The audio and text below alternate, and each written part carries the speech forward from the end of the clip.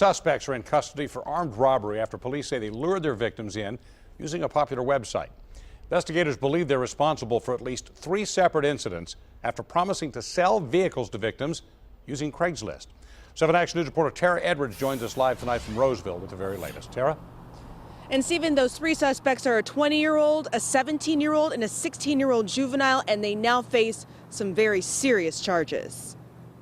It started when a man was browsing Craigslist and came across a picture of a vehicle that looked exactly like his stolen Trailblazer being sold on the site.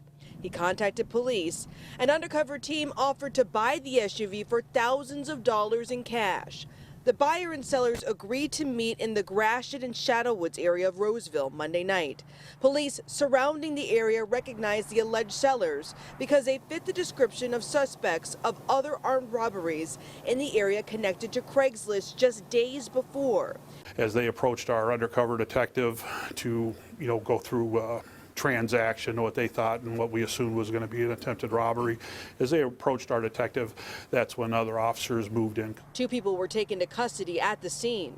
The third individual, which happened to be the juvenile in this case, was the driver of the Sebring. He made it out onto Gratiot and came down here about a half mile or so south, basically just right here by the station, where he was ultimately stopped and taken into custody, all with no incident. It's believed the men lured victims by posing as people selling vehicles on Craigslist. And when the buyers arrived with cash, they were robbed at gunpoint. 2 other cases also happened in Roseville within the week.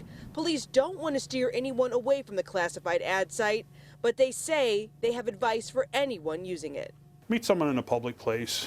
If you want, as a sort of a checkpoint, tell them, hey, you want to sell me something? Meet me up in the police department parking lot. If they're unwilling to do that, well, that should be the big red flag saying there's something wrong. Because if it's a legitimate transaction, if I'm looking to sell or purchase something, I'm not going to have a problem showing up at the PD.